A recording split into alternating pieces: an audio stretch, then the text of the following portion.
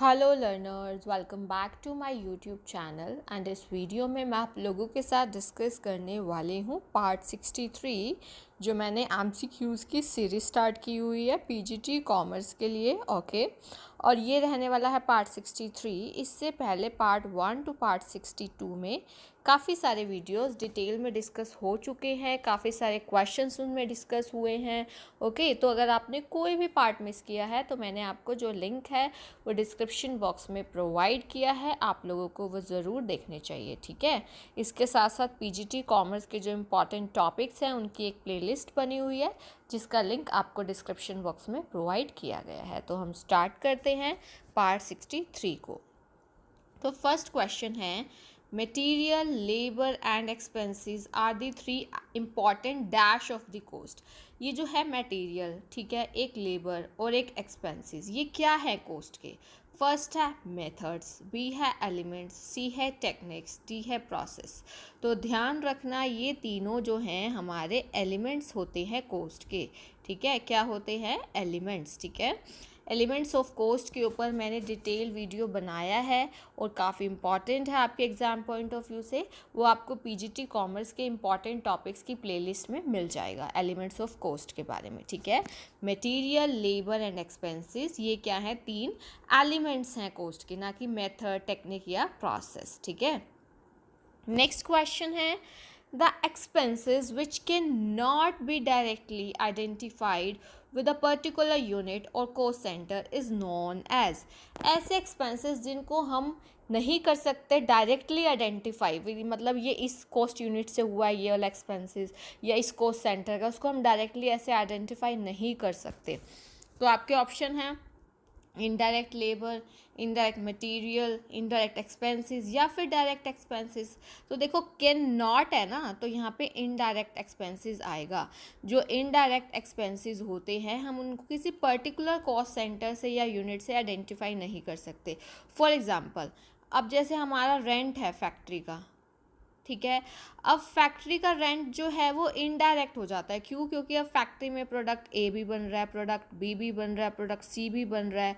तो वो रेंट किसी पर्टिकुलर प्रोडक्ट या डिपार्टमेंट से रिलेटेड तो नहीं है, वो ओवरऑल फैक्ट्री का है। तो ये हम यहाँ पे इसको ये एक इनडायरेक्ट एक्सपेंस है क्योंकि इसको हम डायरेक्टली किसी पर्टिकुलर यूनिट से या कॉस्ट सेंटर से आइडेंटिफाई नहीं कर पाएंगे। ओके, नेक्स्ट देखिए, dash expenses are also called as chargeable expenses.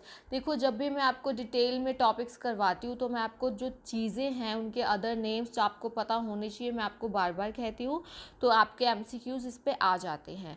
ऐसे कौन से एक्सपेंसेस हैं जिनको हम लोग चार्जेबल एक्सपेंसेस भी बोलते हैं? ओके, तो आपके ऑप्शन है partly direct and partly indirect, B है इनडायरेक्ट, सी है डायरेक्ट, डी है नन ऑफ दी अबव। तो जो हमारा आंसर आएगा that will be direct expenses. ध्यान रखना है आप लोगों को फ्यूचर के लिए, जो डायरेक्ट एक्सपेंसेस है उनका आपका अदर नेम चार्जेबल एक्सपेंसेस भी होता है। और भी कई नेम होते हैं जो मैंने आपको वीडियो में बताए हैं, तो आप लोग मुझे कमेंट सेक्शन में ज़रूर बताएंगे क्या होता है। ठीक है, नेक्स्ट देखिए, the aggregate of indirect material, indirect labour and indirect expenses in term is termed as.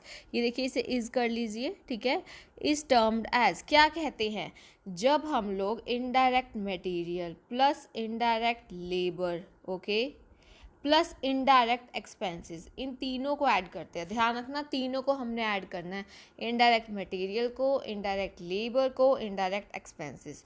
तो इसको हम क्या बोलते हैं? आपके ऑप्शन दिए गए हैं material cost, overheads, labour cost या फिर क्लोजिंग स्टॉक।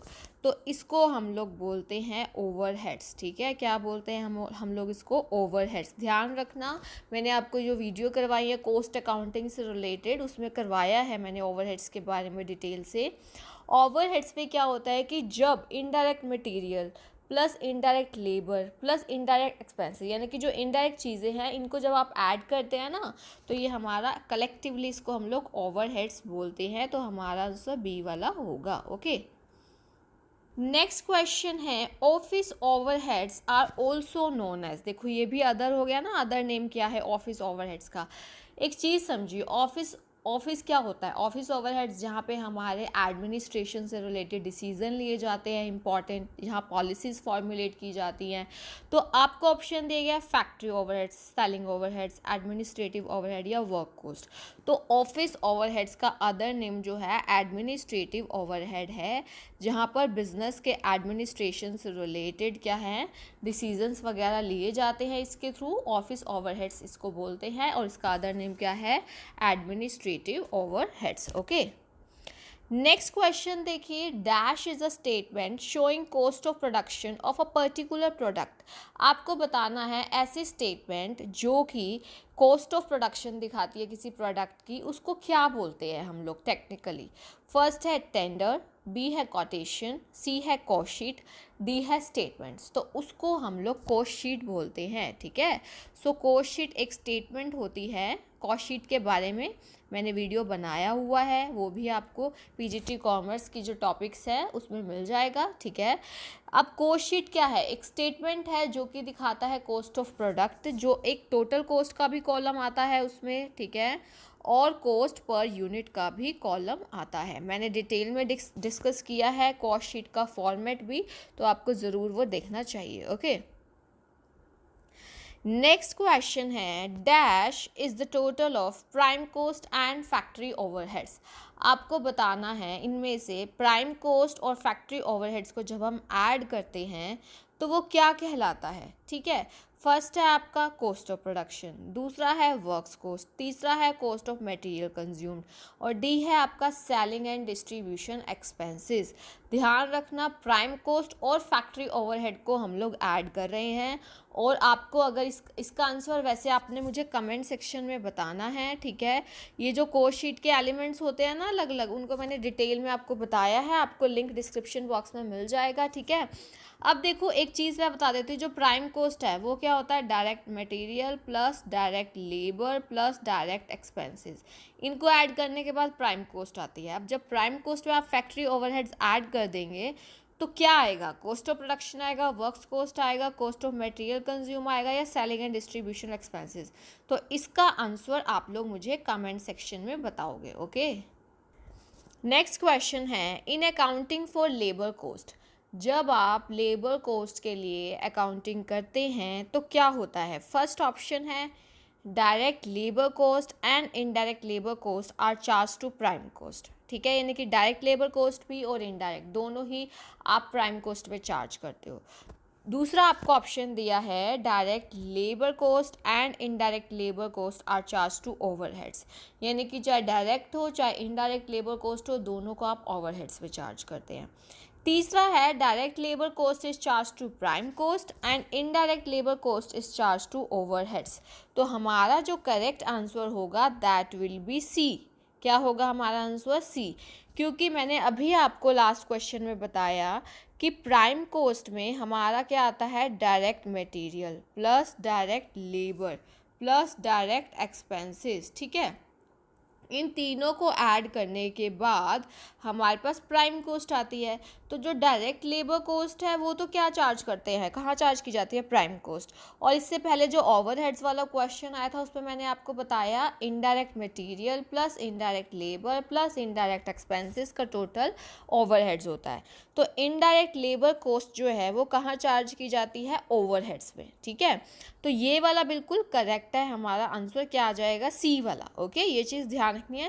देखो ये छोटी छोटी चीज़ें ना आप लोगों के लिए काफ़ी ज़्यादा इम्पॉर्टेंट रहती है, आप लोगों को इन चीज़ों का बहुत अच्छे से ध्यान रखना चाहिए, ठीक है। अब जैसे जैसे मैंने आपको कॉस्ट शीट पे जो वीडियो करवाया है उसमें मैंने आपको ये सारा बताया है कि पहले प्राइम कॉस्ट हम लोग कैसे निकालते हैं, प्राइम कॉस्ट पे फिर फैक्ट्री ओवरहेड ऐड किए जाते हैं, ठीक है। फिर उसके बाद उसमें office and administration overheads add किए जाते हैं, सेलिंग एंड डिस्ट्रीब्यूशन ऐड किए जाते हैं, ठीक है। फिर जैसे हमारे पास कॉस्ट ऑफ सेल्स आ जाती है, फिर उसमें हम प्रॉफिट ऐड करते हैं कुछ मार्जिन, और फिर उसके बाद जाके हमारे पास क्या आता है? सेलिंग प्राइस आता है। तो ये एक एक चीज़ आप लोगों के लिए इम्पॉर्टेंट है। ये कॉस्ट पोस्ट अकाउंटिंग का आपका बेस भी है।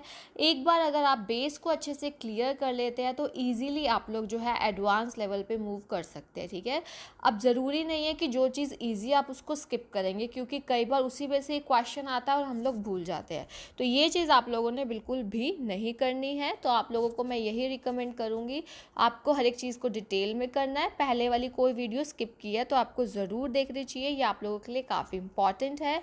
और अगर अभी तक आप लोगों ने इस यूट्यूब चैनल को सब्सक्राइब नहीं किया है देन डू सब्सक्राइब और बेल आइकन प्रेस कर देना, ताकि आपको अपकमिंग वीडियोज़ की टाइमली नोटिफिकेशन मिल सके। Thank you so much. Keep learning, keep sharing.